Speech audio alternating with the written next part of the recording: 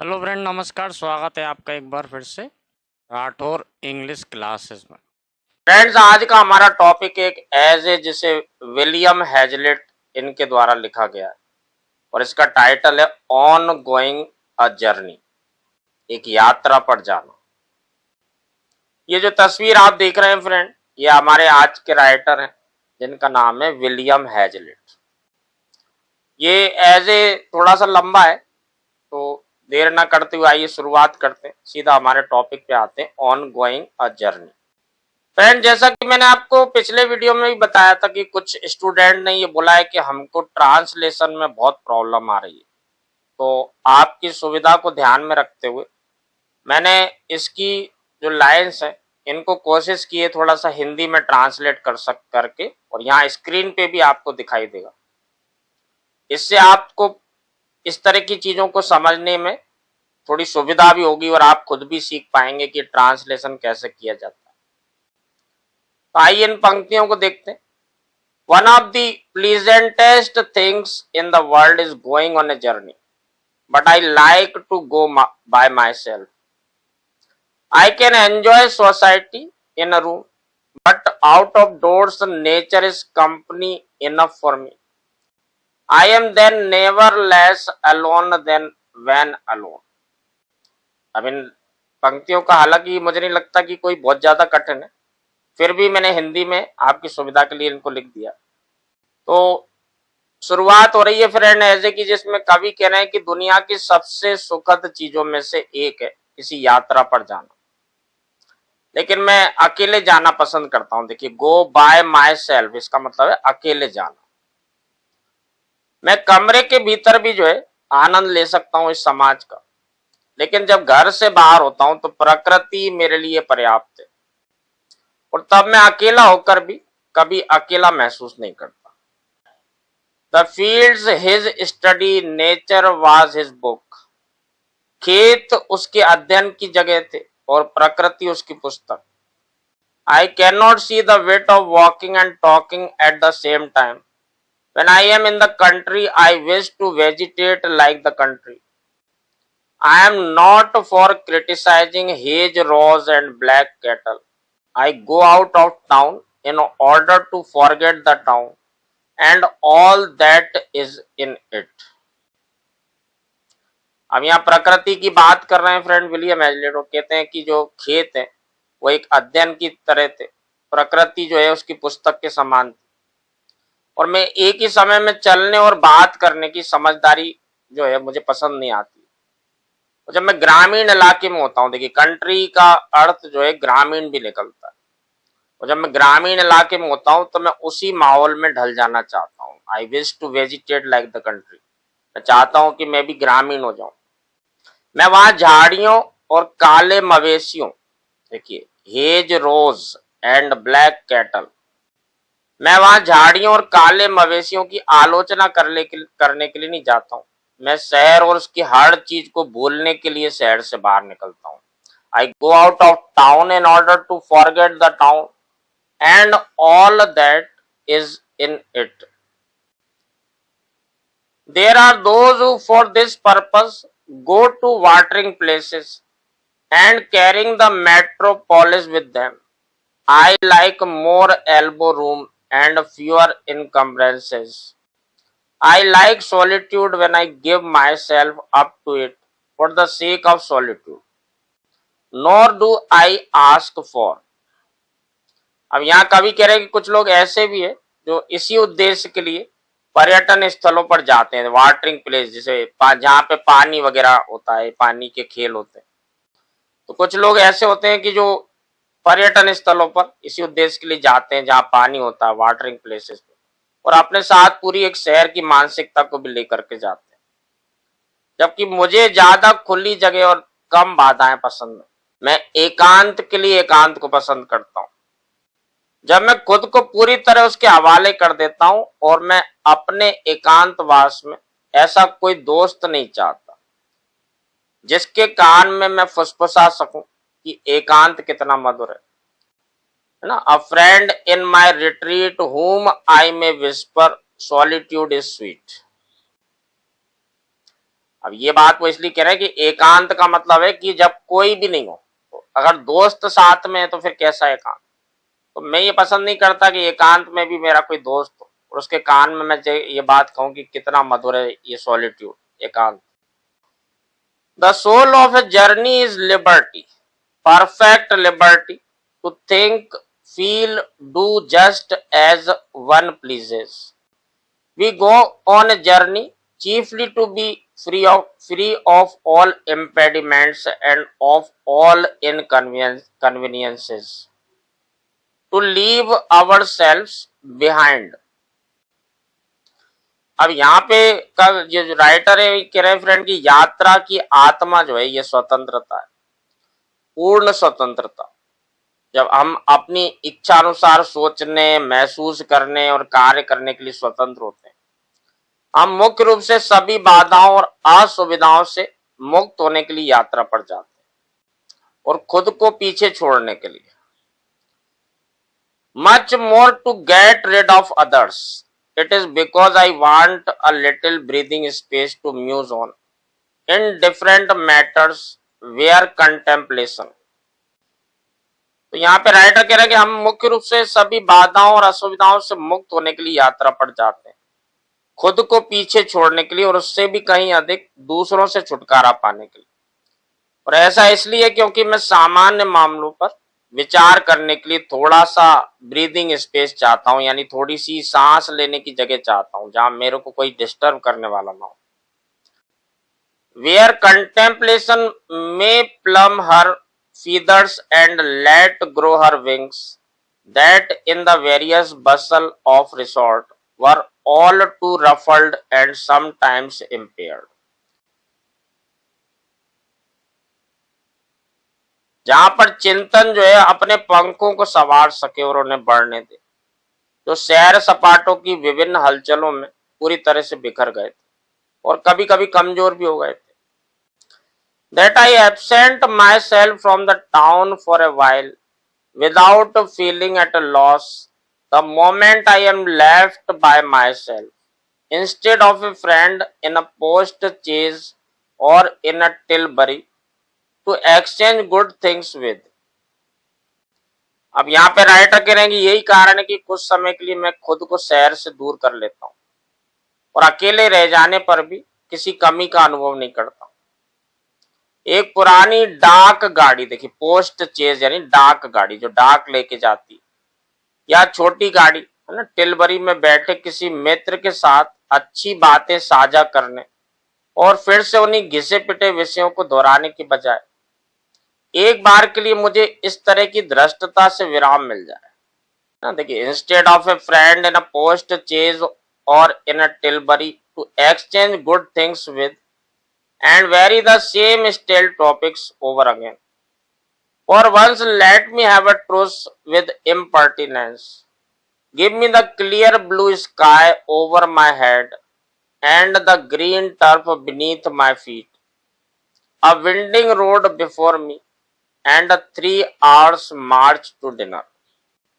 तो मैं चाहता हूं कि एक जो पुरानी जो डाक गाड़ी है या छोटी सी गाड़ी में बैठे किसी मित्र के साथ अच्छी बातें साझा करने और फिर से उन्हें घिसे पिटे जो विषय है उनको दोहराने के बजाय मुझे इस तरह की धृष्टता से विराम मिल जाए, है ना। Let me have a truce with इम्पर्टिनेंस।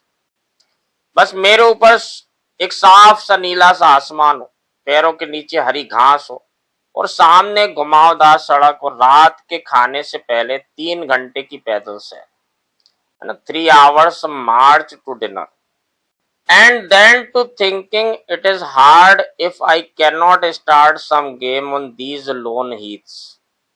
I laugh, I run, I leap, I sing for joy. From the point of yonder rolling cloud I plunge into my past being.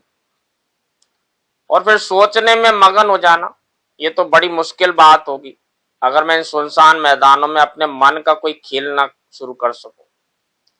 मैं हंसता हूं, दौड़ता हूं, उछलता हूं और खुशी के मारे गाना गाने लगता हूं। तो सामने तैरते उस बादल के शिखर से मैं अपने अतीत के अस्तित्व में गोता लगाता हूं। From the point of yonder rolling cloud I plunge into my past being and revel there. As the sun burnt, Indian plunges headlong into the wave that wafts him to his native shore. Then long forgotten things.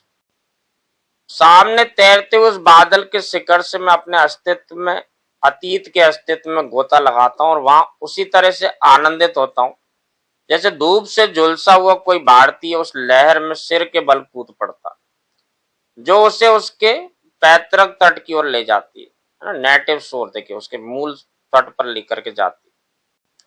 Then long forgotten thing, तब लंबे समय से भूली हुई चीजें, like sunken wreck and sumless treasuries, burst upon my eager sight, and I began to feel, think, and be myself again. Instead of an awkward silence broken by attempts at wit or dull commonplaces, mine is that undisturbed silence of the heart which alone is perfect eloquence. और एक लंबे समय से भूली हुई चीज है, जैसे डूबे हुए जहाजों के मलबे, अनगिनत खजाने मेरी उत्सुक नजरों के सामने उभर आते और मैं फिर से खुद को महसूस करना, सोचना और स्वयं का असली रूप बनाना शुरू कर देता हूँ।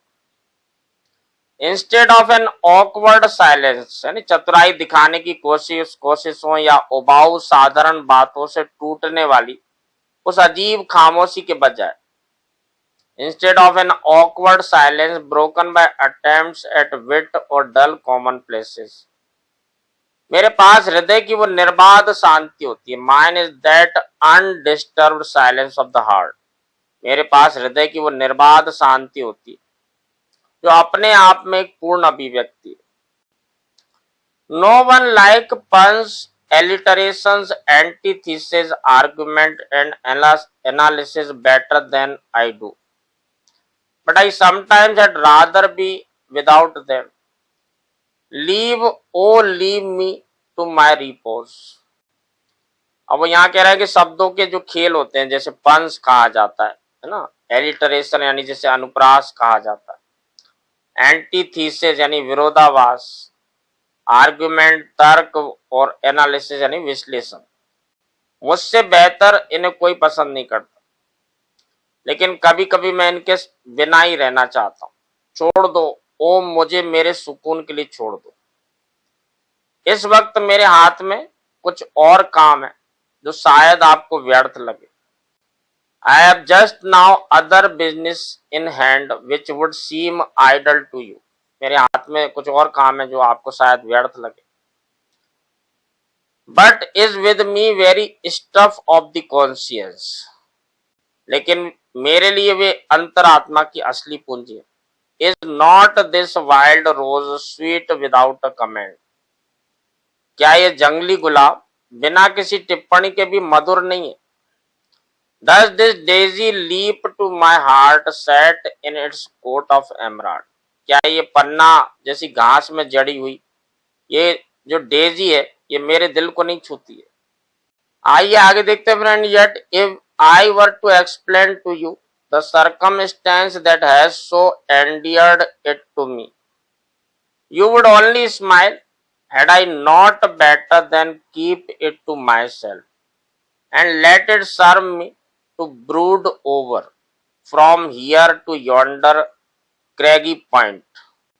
तो फ्रेंड यहाँ पे आप जो है ये विलियम हेजलिट कह रहे हैं कि फिर भी अगर मैं आपको वो परिस्थिति समझाऊं जिसने इसे यानी इस फूल के बारे में कह रहे हैं कि मेरे लिए इतना प्रिय बना दिया, तो आप क्या करेंगे? केवल मुस्कुरा देंगे। तो क्या बेहतर नहीं है कि मैं इसे अपने तक ही रखूं, है ना? Had I not better than keep it to myself, तो क्या ये बेहतर नहीं है कि मैं इसे अपने तक ही सीमित रखूं और यहां से उस पथरीली चोटी तक और वहां से सुदूर क्षितिज तक इसी के ख्यालों में डूबा रहूं। And let it serve me to brood over from here to yonder craggy point, and from thence onward to the far distant horizon. I should be but bad company all that way, and therefore perfect being alone. I have heard it said that you may when the moody fit comes on, walk or ride on by yourself and indulge your reveries. अब इन लाइनों में friend writer कह रहे हैं कि उस पूरे रास्ते में मैं एक बुरा साथी साबित होऊंगा, इसलिए मैं अकेला रहना ही पसंद करता हूँ।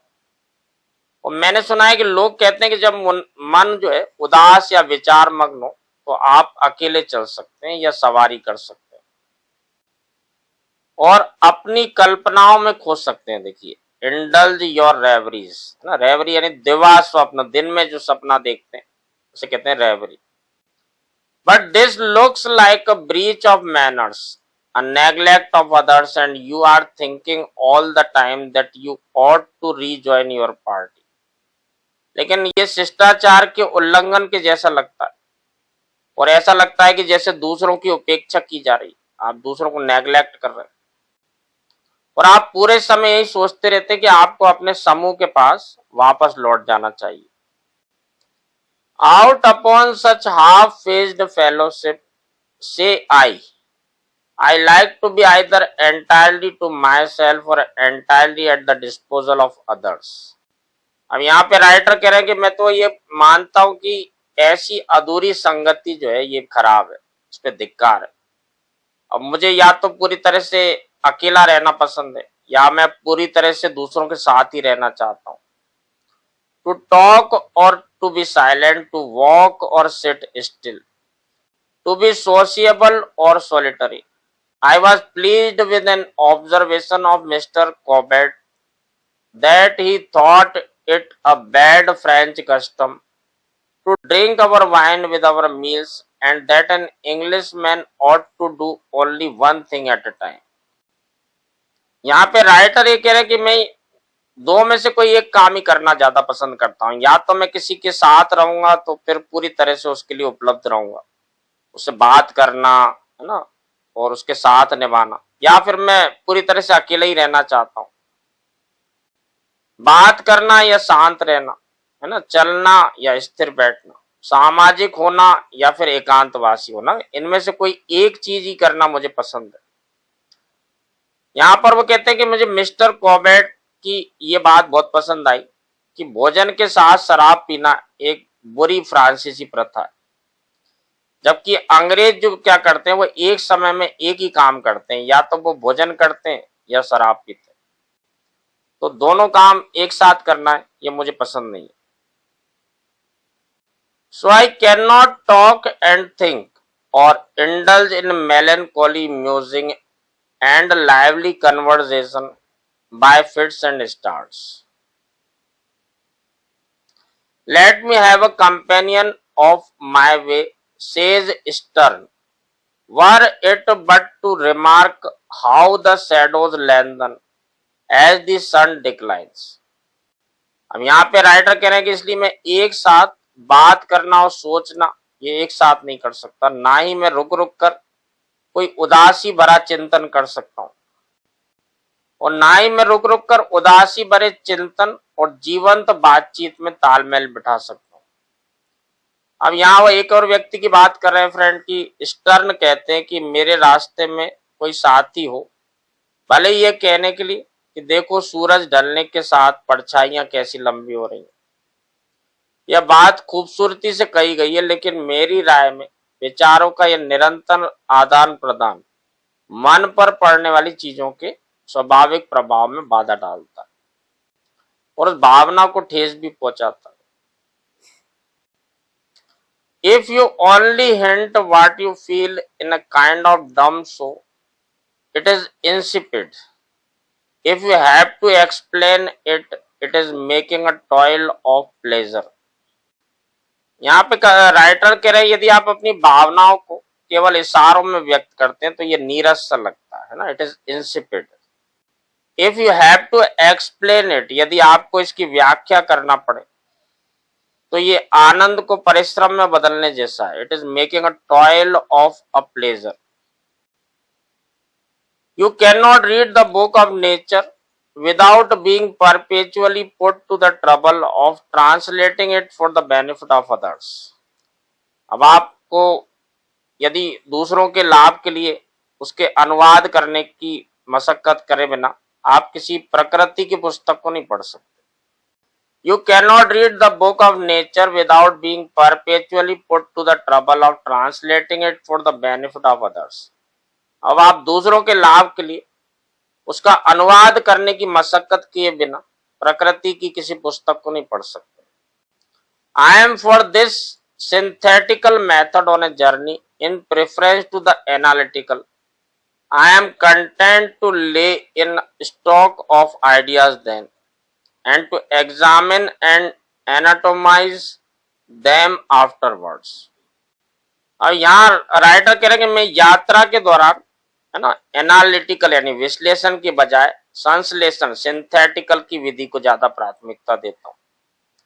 मैं उस समय विचारों का भंडार जमा करने और बाद में उनका परीक्षण और विश्लेषण करने में संतुष्ट रहता हूं, और मैं चाहता हूं कि मेरे धुंधले विचार जो है ये हवा के झोंके में एक थिसल, एक फूल होता है एक प्रकार का, थिसल के रेशों की तरह तैरे, ना कि वे विवादों की कटीली झाड़ियों और कांटों में उलझ जाएं। For once I like to have it all my own way, and this is impossible unless you are alone or in such company as I do not covet. इन लाइनों में फ्रेंड वो कह रहा है कि कम से कम एक बार के लिए मैं सब कुछ अपने तरीके से करना चाहता हूँ। I like to have it all my own way, ना, सब कुछ मैं अपने तरीके से करना चाहता हूँ, और ये तब तक असंभव है जब तक आप अकेले ना हो और ऐसी संगति में ना हो जिसकी मैं इच्छा नहीं करता। I have no objection to argue a point with anyone for 20 miles of measured road, but not for pleasure. If you remark the scent of a bean field crossing the road, perhaps your fellow traveler has no smell. If you point to a distant object, perhaps he is a short-sighted and has to take out his glass to look at it. अब यहाँ पे writer ये कह रहे हैं कि मुझे किसी के साथ 20 मील की नापी हुई सड़क पर किसी बात पर बहस करने में कोई आपत्ति नहीं, लेकिन आनंद के लिए की जाने वाली जो ये यात्रा है, इसमें इस तरह की फिजूल की बात करने का कोई सेंस नहीं है। यदि आप सड़क पार करते समय एक सेम के खेत के बीन फील्ड की खुशबू की ओर ध्यान दिलाते, तो हो सकता है कि आपके साथी को कोई गंध ही ना आए। और इसी तरह से यदि आप किसी दूर की वस्तु की ओर इशारा करते हैं तो वो शायद शॉर्ट साइटेड हो, निकट दृष्टि दोष वाला हो, यानी जिसे दूर का दिखाई ना देता हो, और उसे देखने के लिए फिर अपना चश्मा निकालना पड़े। There is a feeling in the air, a tone in the color of a cloud which hits your fancy, but the effect of which you are unable to account for. There is then no sympathy but an uneasy craving after it. अब इन लाइनों में writer कह रहे हैं कि हवा में एक फीलिंग होती है, एक महसूस की होती है, और tone in the colour of A cloud, और बादल के रंग में एक ऐसी आभा होती है जो आपकी कल्पना को छू जाती है, लेकिन आप उसका कारण बताने में असमर्थ होते हैं। तब वहां कोई सहानुभूति या तालमेल नहीं रह जाता, बल्कि उसकी एक असहज तड़प और एक असंतोष पैदा होता है जो रास्ते भर आपका पीछा करता है। There is then no sympathy but an uneasy craving after it and a dissatisfaction which pursues you on the way, and in the end probably produces ill humor. Now I never quarrel with myself and take all my own conclusion for granted till I find it necessary to defend them against objections. It is not merely that you may not be of accord on the objects and circumstances that present themselves before you, और अंत में संभवतः चिड़चिड़ापन पैदा होता है। अब मैं कभी खुद से नहीं झगड़ता और अपने सभी निष्कर्षों को तब तक सही मान लेता हूं जब तक कि मुझे आपत्तियों के खिलाफ उनका बचाव करना जरूरी ना लगे। और ये केवल इसलिए नहीं है कि आप अपने सामने वाली वस्तुओं और परिस्थितियों पर सहमत ना हो, These may recall a number of objects and lead to association too delicate and refined to be possibly communicated to others. Yet these I love to cherish and sometimes still fondly clutch them when I can escape from the throng to do so. To give way to our feelings before company seems extravagance or affectations. And on the other hand, to have to unravel this mystery of our being at every turn and to make others take an equal interest in it. Otherwise, the end is not answered, is a task to which few are competent. We must give it an understanding, but no tongue.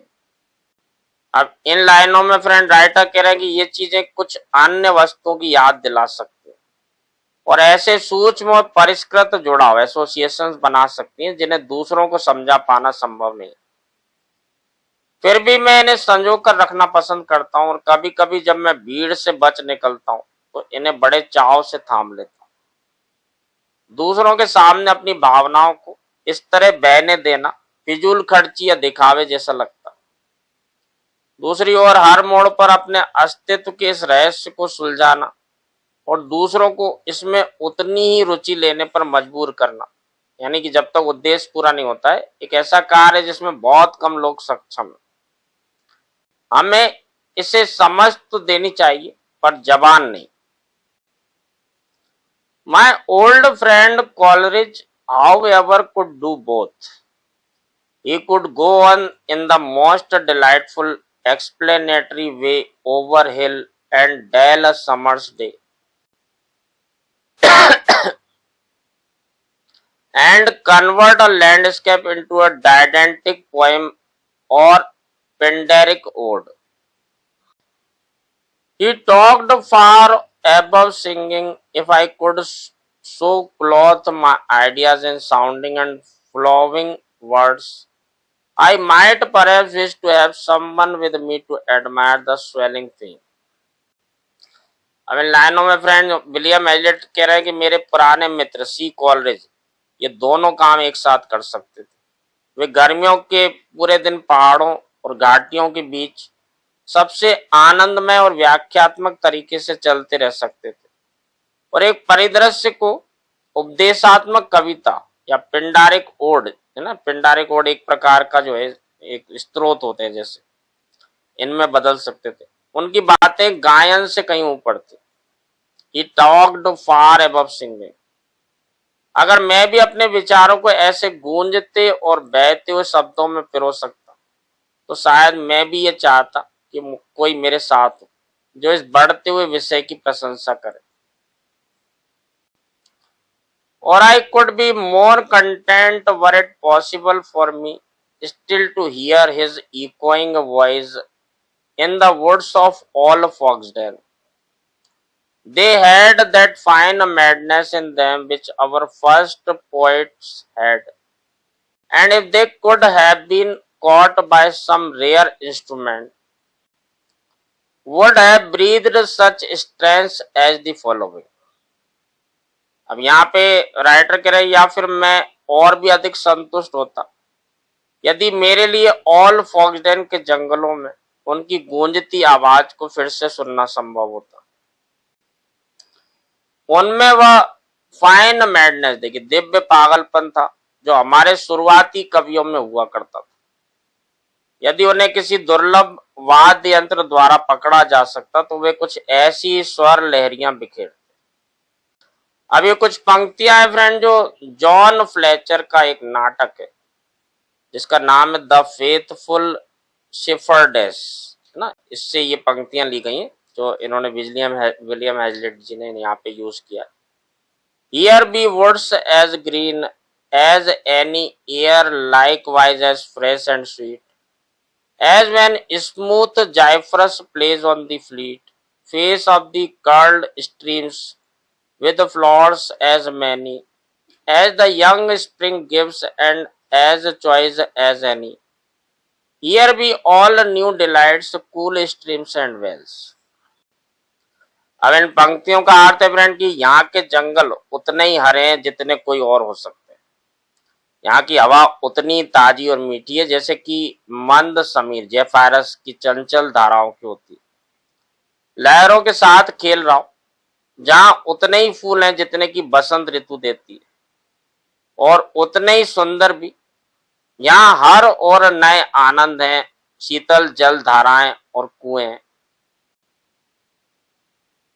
Arbors or grown with wood vine, caves and dells, choose where thou wilt, whilst I sit by and sing. Or gather rushes to make many a ring, for thy long fingers tell the tales of love, how the pale phobe hunting in a grove.